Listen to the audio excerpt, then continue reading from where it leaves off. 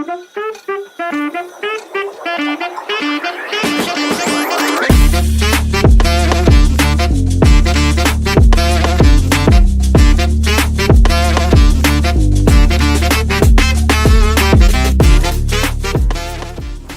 up mga boss, sa video nito may challenge ako, gusto kong mangyari pero nahihirapan ako gawin. Ano nga ba itong challenge na ito? Nahihirapan kami magbenta ng aso dahil ipinagsasabay namin yung negosyo namin. Ngayon, ang challenge ko sa sarili ko, 7 days dapat 5 o mahigit na makakabenta ko ng aso.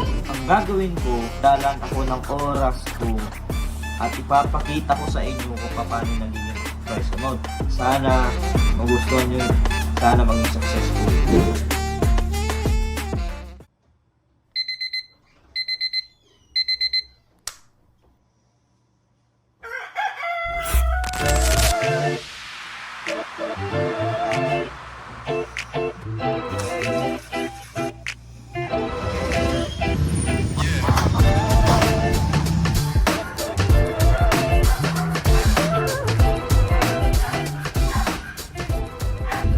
So, what's up mga boss and good morning. Ang unang gagawin natin, bili tayo ng bilas na na pang picture. Kasi yun yung pinaka-importante kung bibenta ka ng aso. Dapat maganda din yung picture mo. Hindi pwedeng basta mo lang silang pinicturan kasi hindi makaka-attract ng customer. Yun mga boss, ang bali picture na tayo.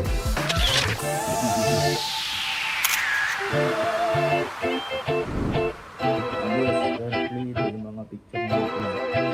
Ngayon mga boss is try na natin i-post.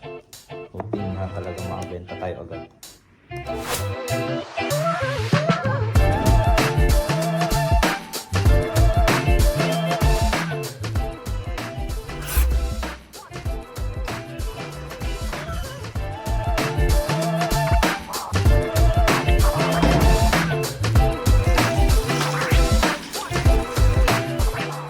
What's up mga boss, parang hindi nag-work naman kasi may maraming nag-i-inquire sa bagong post ko. So ngayon, nag-iisip ako ng panibagong strategy kasi as of now, wala pang benta dahil nung ika-day 1, reserve agad nun isang puppy which is kinanggabihan naman nun ng rent. So nag-down siya ng 2,000 and na-refund ko yung 1,000 kasi nga as a compensation. Pansin ko medyo nanghihina yung mga puppy which is normal sa mga Pomeranian dahil hindi mo mamalayan na bumababa na pala yung sugar nila. So kailangan nakatutok kayo kasi kung hindi, oras lang ang labanan, madi-dehydrate sila eh. So in case na napabayaan, after 6 hours, 6 hours napabayaan, pagdating mo, yung nakita mo, wala na kasi sobrang hina na, so hindi mo na siya ma-revive. So pag yung mga lang naman oras, ilang oras lang possible, pwede pa, no?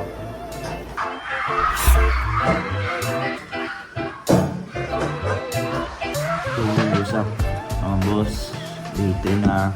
And ngayon ay ka-negative na tayo dahil nagpa-register po tayo ng mga puppy birth 11. So ito yun.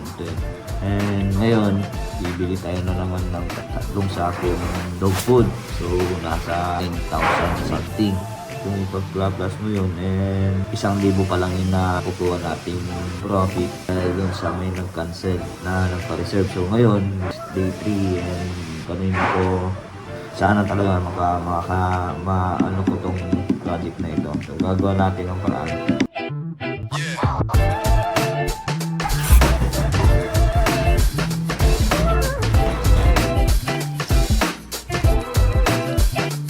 Ayan is day 4 and huli walang-wala pa rin talaga pero sobrang dami ng inquiries. So ngayon focus muna tayo sa pagbebenta, pag-share ng mga pictures ang magiging strategy ko siguro ngayon is magbababa siguro ng maliit na konting preso para at least medyo ganahan yung mga buyer. Mas bibigla sila na basta sinabi ko yung price, minsan hindi na sila nagchat-chat. May nagchat-chat naman pero sasabihin na ipapaalam, tatanin pa yung kasama, ganun yung usually nagiging scenario ngayon. As of now, may nagiging possible buyer naman na tayo pero ayaw ko pang mag-rely sa kanya dahil yung nga, hindi pa siya nakakapag-down pero possible siya.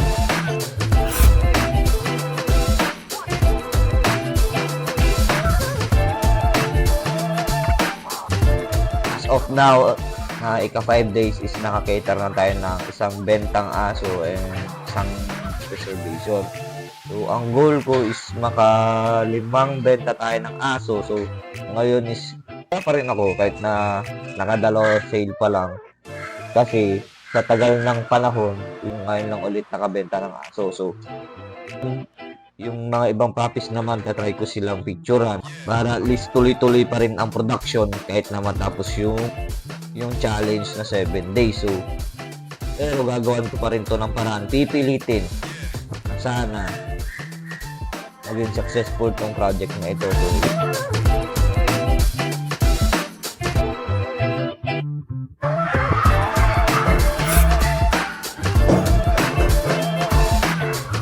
What's up sa inyo mga boss? It's day 6 and currently isa na yung na-sold and tatlo na yung sold. Ngayon, dahil 5 yung sinabi ko, tayo pipilitin ko pa rin na pakarami. Ang puppy, malapit-lapit na rin ito. Kasi itong mga puppy ganito, hindi pa pwede siyang i-market kasi nga 1 month pa lang. Hindi pa masyadong yung sure nila. So, baka hindi pa na-appreciate ng mga buyer. So, ngayon is Sunday, so hindi pa ako nakapag-post kasi kailangan ko rin magpahinga. So, ang oras ngayon is 3 p.m. I-check lang natin yung mga puppies kung healthy ba sila o hindi ba bumaba yung mga sugar nila kasi minsan bumababa yung mga sugar.